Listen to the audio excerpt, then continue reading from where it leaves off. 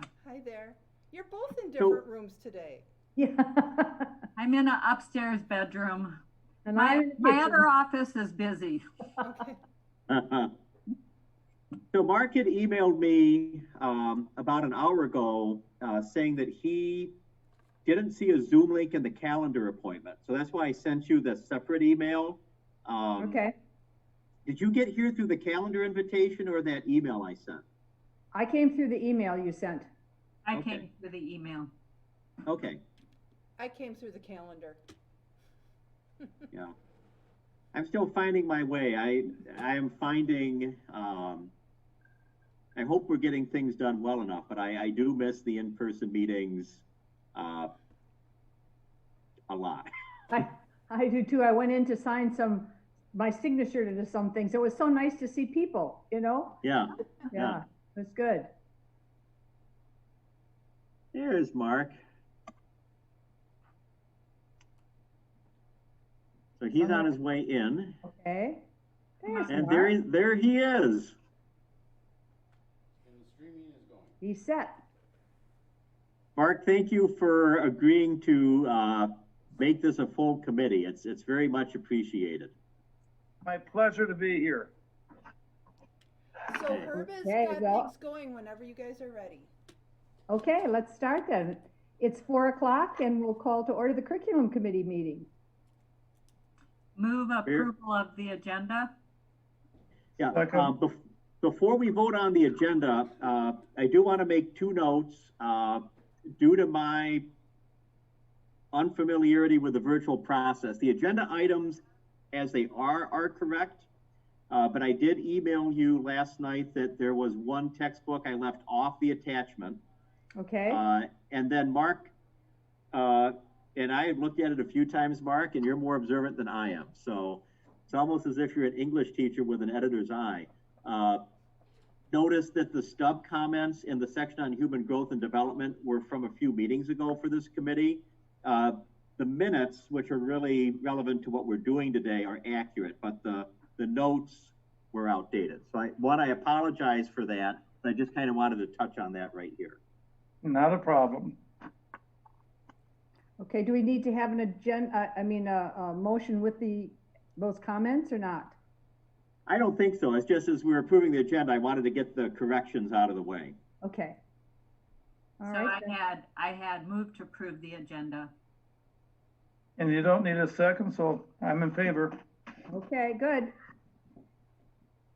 Okay, Tim, take it away.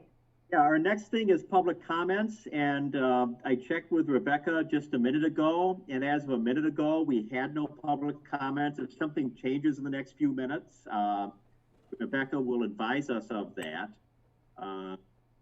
But without further ado, I'm going to share my screen and take us into Board Book. I also have a PowerPoint if this doesn't work for us. That's just very basic.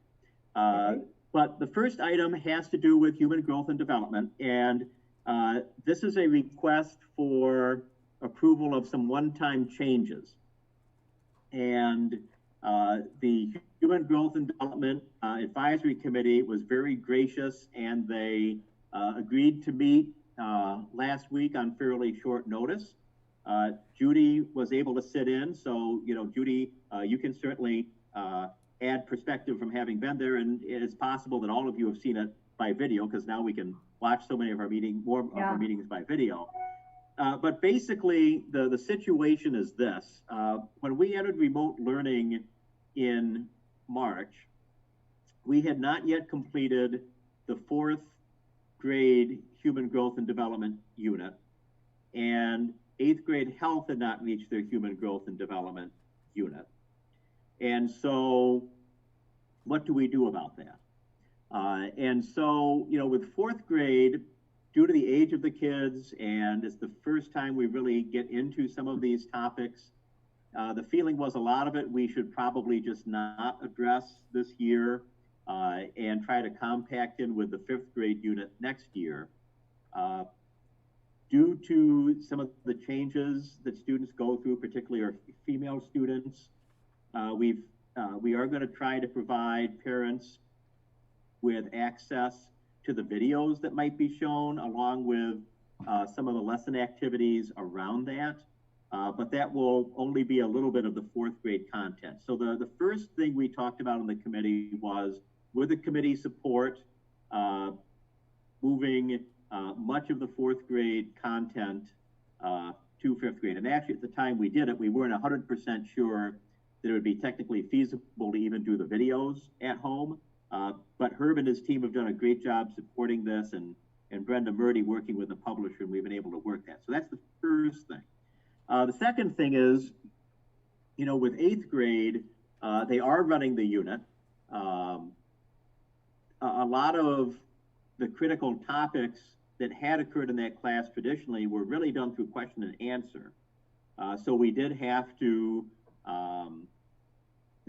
in order to do that, the health team picked out some new materials to support some of those lessons. You received correspondence on that. Far from an ideal situation, not really, it was much more impromptu than how we would normally like to conduct business. But we do feel the materials, you know, do align, you know, with those targets, but we also don't know, you know, what student engagement is going to look like in May. And so we also had a recommendation that if we got to the end of the unit and we saw really lower student engagement, that we would look to work with the ninth grade Intro to Phi Ed team and add some human growth and development lessons, probably not all of the topics, but some key topics into ninth grade physical education, so there wouldn't be a 2-year gap between eighth grade health and 10th grade health. And the committee was supportive both of compacting as necessary into fifth grade on a one-time basis and adding a mini unit if needed on a one-time basis to ninth grade. Judy, you were present for that whole conversation. Do you have anything else you'd like to share? No, I think they were all in favor of that, and it really depends on how, you know, what the engagement is in May, but I think that's a good idea so you don't get lost. And providing the parents of the fourth graders some information so that they can have the critical stuff that a fourth grade girl might need. So I think everybody was in favor of that. The other thing we talked about at the meeting was next steps. You know, and I think it's the first time we've touched with, we've updated human growth and development in a very long time, as you know. And so once we have the next meeting of the curriculum committee meeting, we will pick up from where we would have been on March 23rd, which is looking at the full set of recommendations from the advisory committee. And then just depending on the composition of the committee, you know, Joan and Judy, you had a lot of background information over a period of about 2 meetings, and you'd had regular updates on it. So you kind of had tracked the work of the committee. Depending on what the curriculum committee looks like coming out of next week, we may be able to go straight to the recommendations, or we may need to go back and redo some of that context setting. We'll just have to wait and see. But I want to emphasize, because it's an important topic, I do want to bring the advisory committee back next year to hear presentations from instructors about how they have developed lessons for this, what materials they're using or contemplating using, to get feedback from the committee, because there certainly are differing perspectives. And although a lot of the things that we do for materials for human growth and development aren't textbook type, the interest in human growth and development is high, and there really is no other content area like human growth and development that we teach where we have a requirement to convene an advisory committee specifically to consider the scope and sequence and make recommendations. So the advisory committee has done their initial work in making recommendations on scope and sequence, but they are going to come back next year to discuss further the actual lessons and the materials involved in implementing whatever the final recommendation is for updating the curriculum. Tim, do you think you're going to have the same committee, or will obviously some of the students will have to change, but are you going to try to keep the same people on that committee? I really want to keep the same people on the committee as much as possible, Judy. It's been a great committee to work with, all of them. And they have been on this journey together, looking at the first real update of our human growth and development scope and sequence since 2008, and probably our first very significant update of the human growth and development sequence since maybe 1994 or earlier. So I'd like to kind of keep everybody on for continuity, except where we have graduating seniors, and I have two of those. And so I will be looking to probably add an additional high school student and a middle school student, because we have one student representative who transitioned from being an 8th grader when the committee started work last spring to being a 9th grader this year. And I think it's valuable to have an 8th grade student on the committee. Great, thank you. So my only question was on the perception of a lack of transparency / board involvement. Mm-hmm. And so is the curriculum that's being used now essentially the old curriculum? We're not implementing the curriculum based upon the new set of standards, are we? During this period? No, we're not. We're not, Mark, but you know, one thing that happened, well, really two things happened. The first was remote learning versus face-to-face instruction. Right. And secondly, our previous 8th grade health instructor for a long time retired, and we have a new 8th grade health team this year. And a lot of the human sexuality topics in the 8th grade human growth and development unit were really addressed through in-person question and answer. And for example, the topic of contraception was entirely dealt with through question and answer, as opposed to here's information on contraception. Right. And here's, which is a very appropriate way to instruct on that learning target when you're in a face-to-face setting, but not so easy in remote learning. And so they had to update their materials or not really do the unit. And, you know, it is sometimes hard to say where the, you know, the learning target's clear and the instructors feel right. that what they are doing matches the learning target.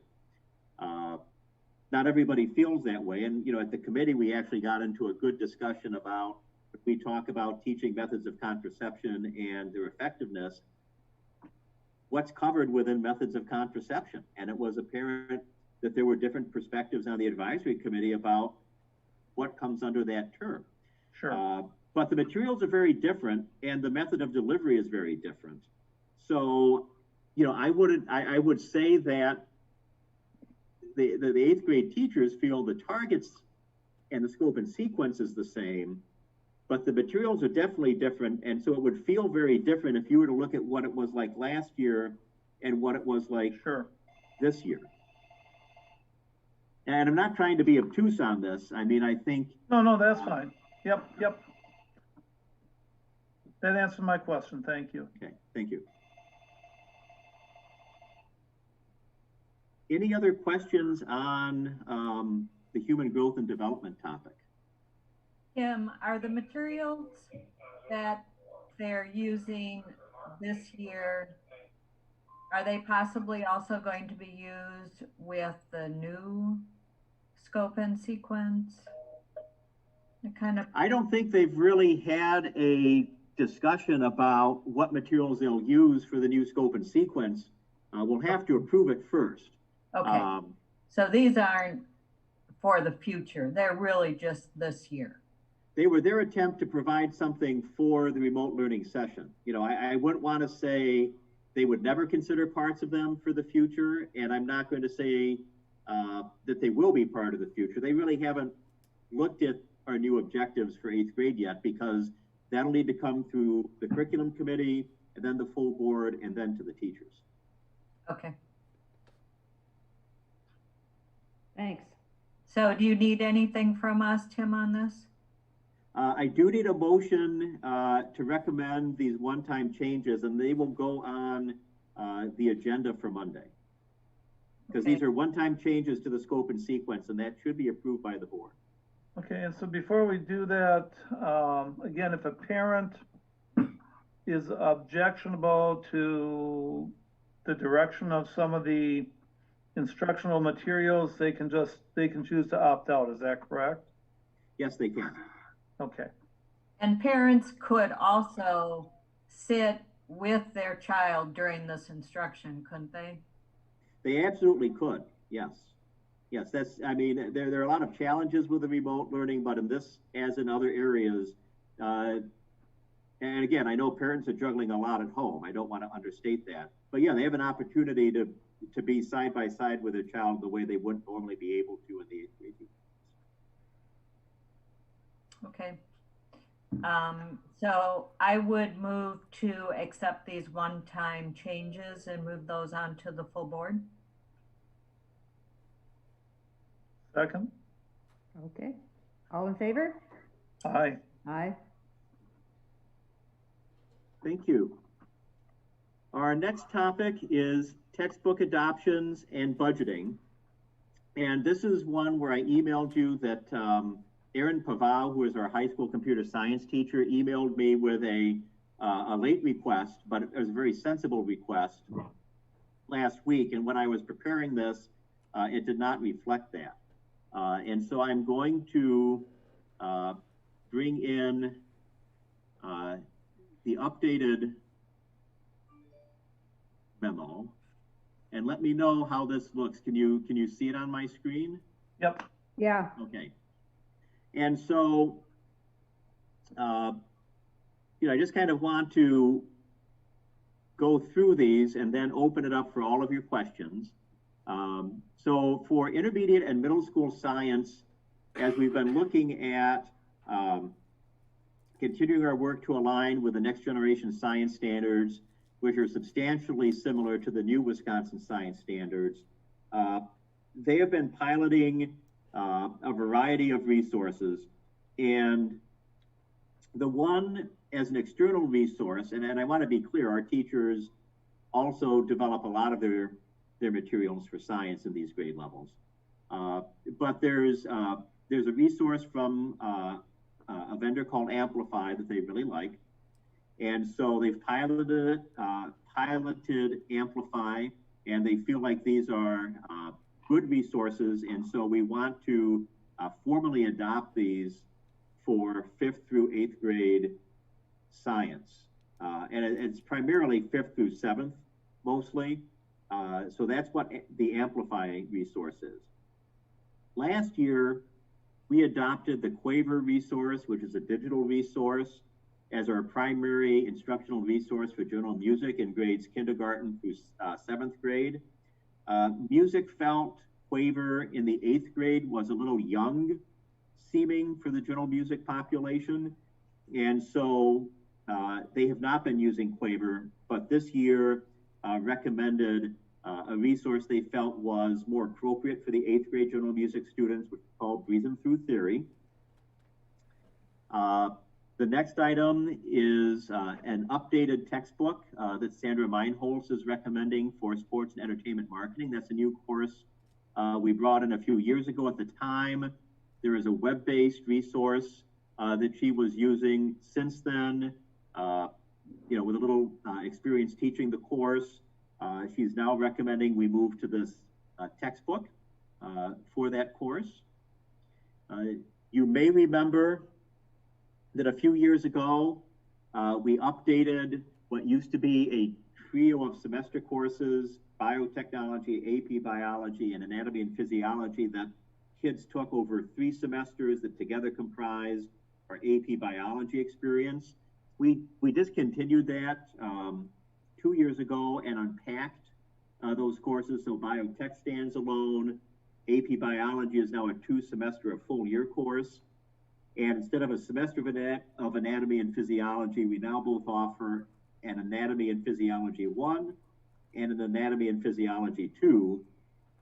And Betsy's recommendation is that we do move to an updated text to support both classes. And this would be a hybrid purchase.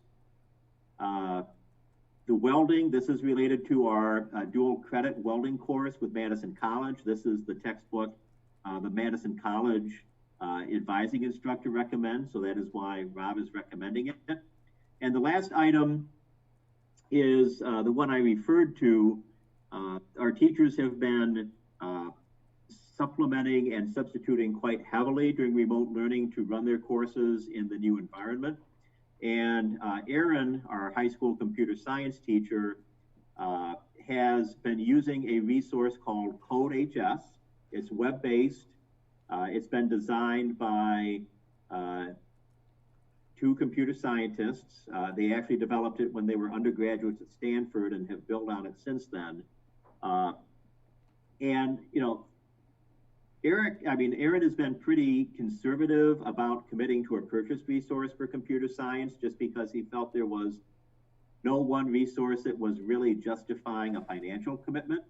But his experience with CodeHS in the last 6 weeks has been extremely positive.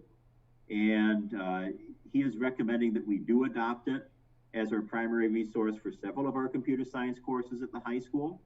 And so that's why we're bringing it forward. And like a lot of vendors to deal with our COVID emergency, a lot of vendors, publishers, other resources are making their products freely available this spring, which is why Erin was able to have extensive experience with it.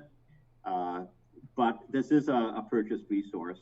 And whether it's purchased or whether it's free, he is viewing it as a primary resource, which is why it's on the adoption. And so these are, this is the list. It's a shorter list and a less expensive list than what you might see in several years.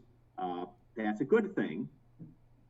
And then the rest of the memo does talk about how this year's costs compare to previous years. And with this being a little less than what we might normally have, it allows us to get the additional years towards a 7-year adoption that we weren't able to buy with Quaver last year for general music. We started that, but we didn't complete our purchase. And this allows us to extend it through year 7. It also means we will have some flexibility in case we have other instructional challenges due to COVID next year where we might want to buy a supplemental resource or 2, or potentially set aside a reserve for what I expect in a year or 2 will be a fairly large elementary mathematics adoption. And of course, I also know, and Steve updated us at Cabinet this morning, that, we do have a budgetary environment that may force us to pull on our horns in some different ways in the upcoming year as well. So this is below the long-term trend. That opens up some options. So before I talk a little bit more about some of our purchases, I want to see if you have any questions on the items for adoption. Tim, on the anatomy and physiology, we are adopting for 2 courses, course 1 and course 2, and they're both full year. Yes. And are we adopting for hardcover or regular books and online source for both? Yes, it's both. Okay. And how many sections do we have of that? I would have to look that up. It's fine. I don't need to know. It's a fairly large purchase, but I know those online are, a 6-year online are pretty expensive. And I can make sure when we meet again on Monday, I can have the section information. It's just nice to know how many kids we're servicing for that 24,000. Yes. Yes.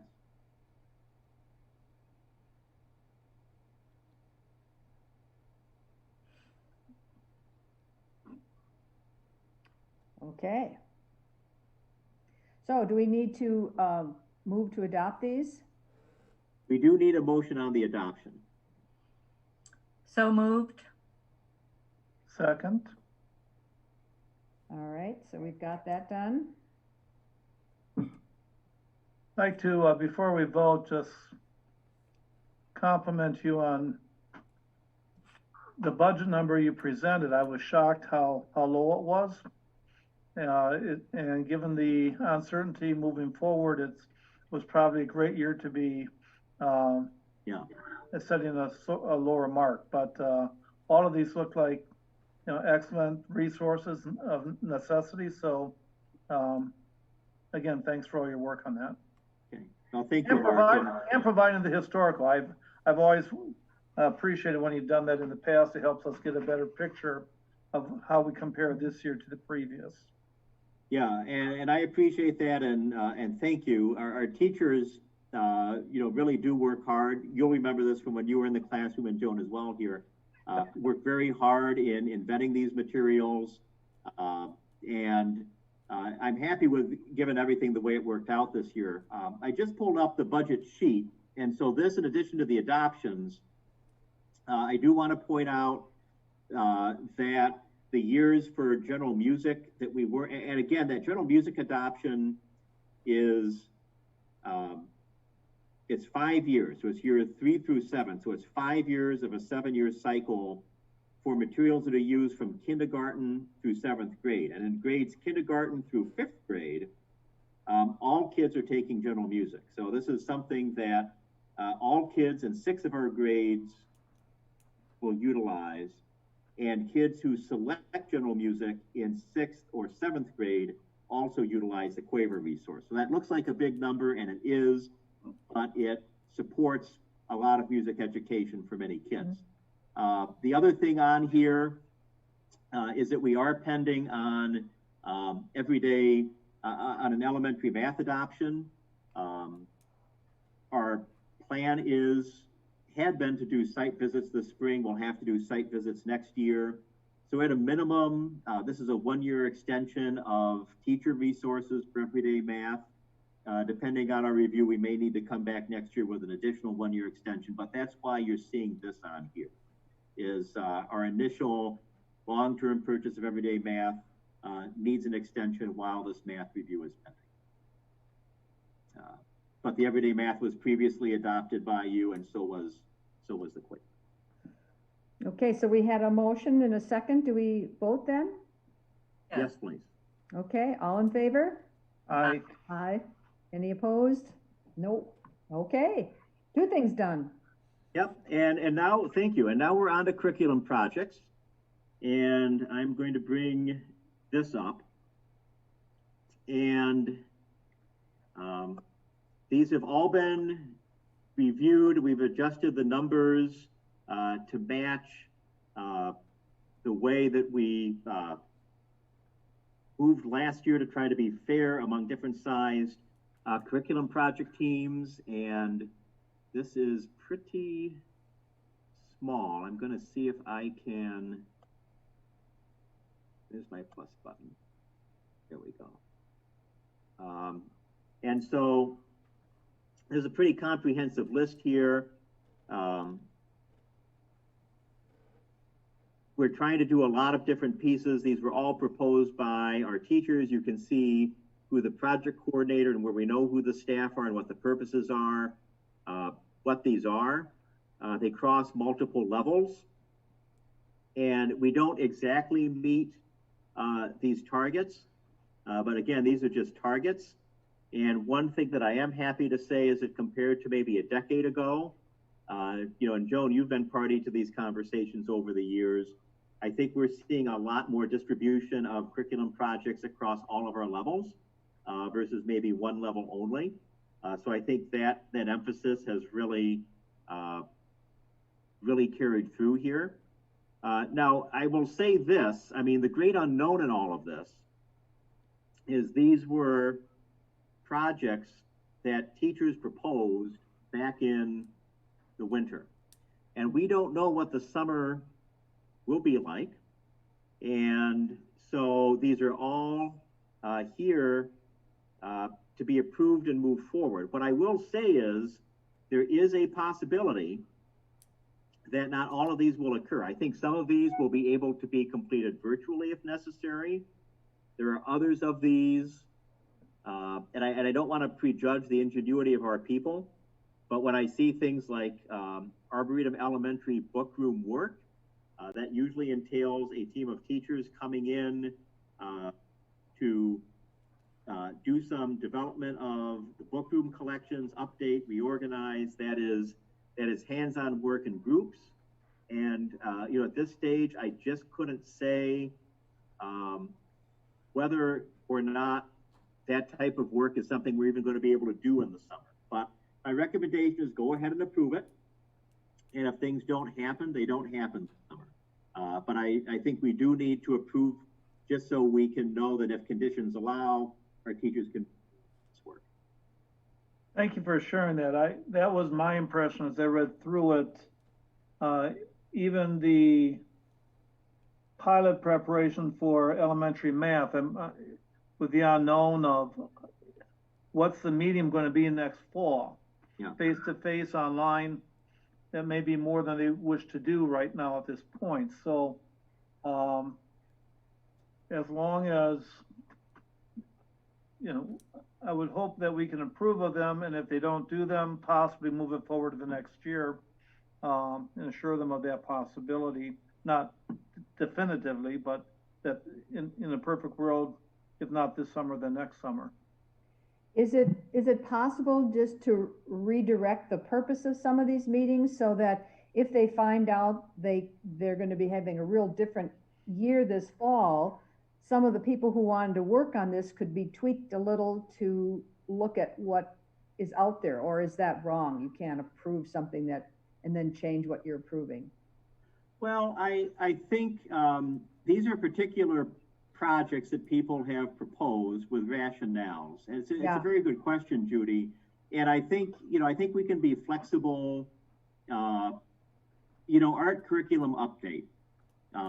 Wisconsin just adopted new standards modeled on National Visual Arts standards. The art department wants to do some revamps in response to that.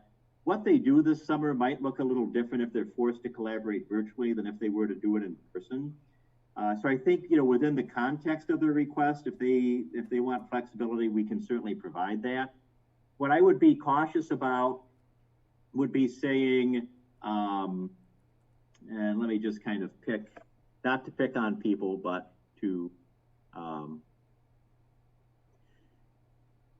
and some of these, like, Rob France put in for Metal Technologies update. That's one person. That's going to run. But if somebody were to say the updates to Kokopelli, we might need to postpone that.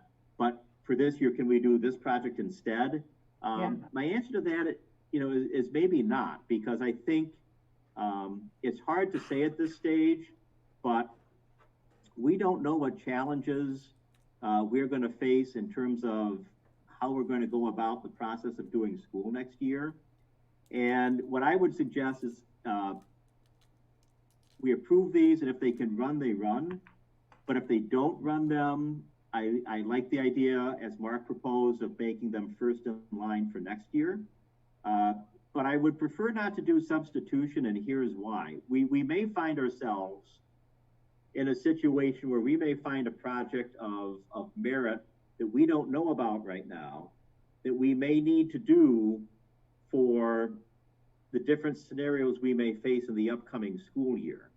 And so if we do have any flexibility, I would like to kind of keep that on hold so we could maybe support that kind of a project. Okay. That's kind of where my thinking is at. I'm not particularly wedded to that. If you as a committee would strongly encourage me to allow some, we can certainly do that. Well, if we're validating the amount of money and then they don't run, is that money then available to do other things? It is. Okay.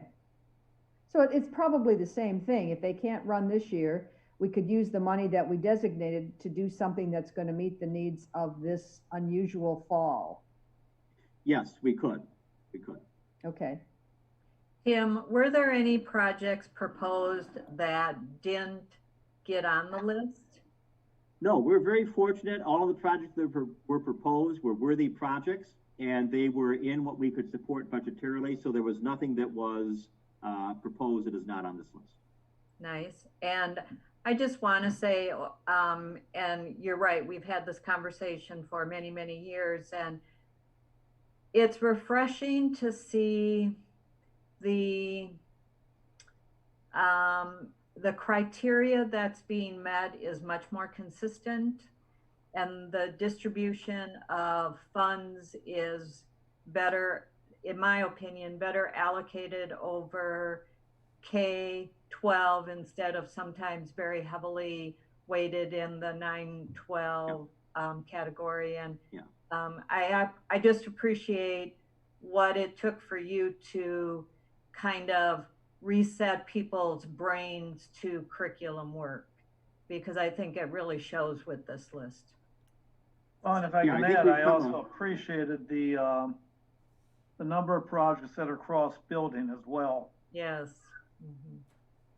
Yeah, we've seen diversification, and we've seen more cross-building. That has certainly been a trend, and it has been a process. It's been a really healthy process for us. And I have to say, our chairs and system-wide last year put a lot of work into this over several meetings, and that was really important in helping communicate these changes out to our teachers. Thank you. Thanks. So we need to vote on this one too then? Yes. I move to move all of the curriculum summer projects forward. Second? All in favor? Aye. Aye. Good. That's our third one then. That's our third one. And so the last thing is just items for upcoming meetings. And so what I see for the next meeting of this committee would be to take up the very significant scope and sequence updates on human growth and development that would have been taken up on March 23rd had that meeting not been canceled. And I think the undecided thing is who's on the committee, because we had done a lot of work in the committee, kind of paralleling the work of the Human Growth and Development Advisory Committee to kind of understand the issues and our needs assessment. And we may need to retrace some of that work. We might not. It's just going to depend. We'll have to it'll be something we'll learn more about next week. The other thing is we've just closed our recruitment to fill chair and coordinator vacancies for next year. Now that's ultimately something that comes to the board in usually July as an incidental, or sometimes August as an incidental personnel item that you take care of in consent agenda, but I've always provided the committee just as an information item with a list of those changes, and that would happen at the next meeting as an information item. And we don't know what the next curriculum committee looks like, so we'll wait to hear that. Yes. And that's what I have. Okay. Thank you, Tim. Any other items or topics? No, I move to adjourn. Second. All right. So moved. We adjourned. Thank you, Tim. Thank you, Judy, Mark. Thank you, everybody. Yep. Thank you all. And also a shout out to Herb and Rebecca for their behind the scenes work in making this possible. As always. Yes. Thank you. Thank you. And all of these items will show up on Monday night for the regular meeting. So All thank right, you for your thanks, Tim. time. All Okay. right. Bye. Bye-bye. Thank you.